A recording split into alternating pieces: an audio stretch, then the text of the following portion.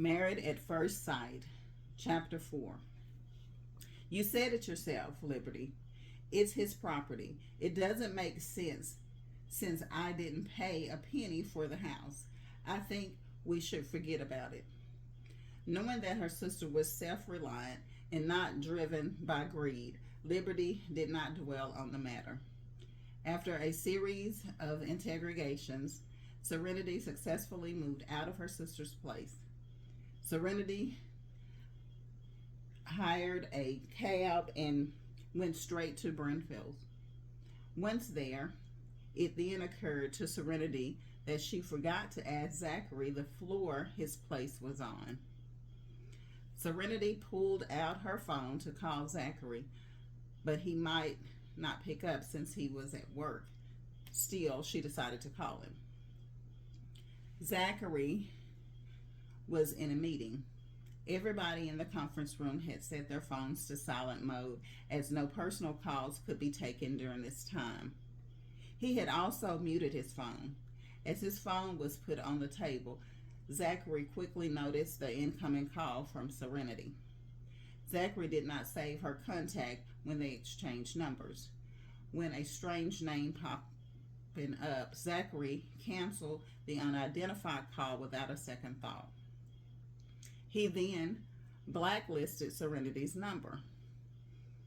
In the dark about Zachary's act, Serenity went on to try messaging since he was not picking up.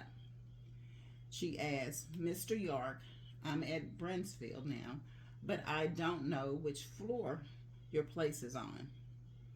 Serenity typed the message and tapped send, only to find out that her text could not reach the number. She stared blankly at the screen on her phone. "Why can't I reach his number? We exchanged numbers at City Hall. Did I get the number wrong?" Serenity mumbled to herself as she thought hard and long about whether there was a gap in her memory. Having determined she got the right number, Serenity arrived at one possibility. Zachary had blacklisted her number. Did he forget that they just got married? Truth be told, Serenity would not last 2 days before she drew a blank about her husband had she stayed put in her sister's house. Serenity later called Grandma May. After reaching Grandma May on the phone, Serenity uttered, "Gran, I moved out of my sister's place and I'm now at Brenfield, but I don't know Mr. York's, do you know what floor Zachary's place is on?" Grandma York, "Hang on, Serenity. I'll call Zach right now." The old lady had no clue either. The house and car were bought recently so Zach could vet Serenity out.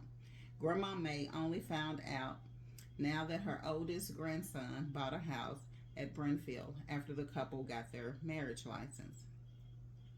Grandma May ended the call and wasted no time getting a hold of Zachary. After blacklisting his bride's number, Zachary put the phone back on the table and carried on with the meeting. Less than 3 minutes later, his mobile screen lit up. Seeing that it was Gran, Zachary accepted the call. "I'm in a meeting, Gran." Zachary's husky voice came through. "Anything can wait until I get home." "Zach, what's the unit number of the place you bought at Brenfield?" "Serenity's there now, but she doesn't know where the place is specifically." "Don't you have her number?" "Go and tell her." Zachary raised his sleek brow. Oh, now he remembered. He got hitched today to a woman he had never met, but Gran was deeply fond of. He believed her name was Serenity. Moments ago, Zachary had blacklisted his wife's number. "Gran, I text you the address." "Sure, I'll let her know. Carry on with your meeting." The old lady was a brisk character, hanging up the call and passing the message to Serenity. Zachary stared at his phone in silence for a moment before taking Serenity out of the banned contacts. He saved Serenity's contact and sent her an apologetic text message. I'm sorry, I forgot who you were earlier. Serenity did not take the incident to heart. Grandma May's sons and daughter-in-law thanked Serenity personally when the latter saved their mother's life. By the time the grandchildren made it to the hospital for a visit, Serenity was long gone.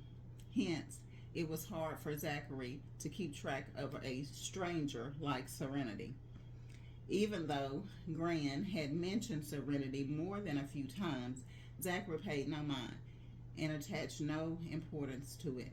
He would barely remember Serenity's name. Serenity texted back, "It's fine. Just do your thing.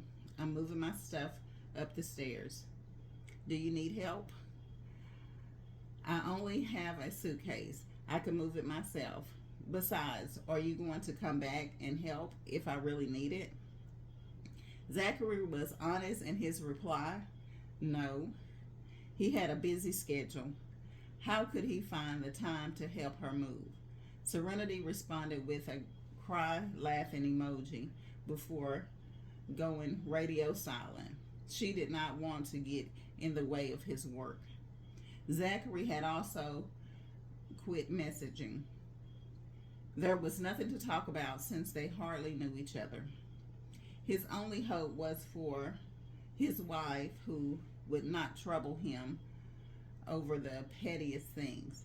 He had no time to give her the time of day. Placing his phone back on the table, Zachary lifted his head and noticed that all eyes were on him. Thanks for listening. Please tune in to Chapter 5.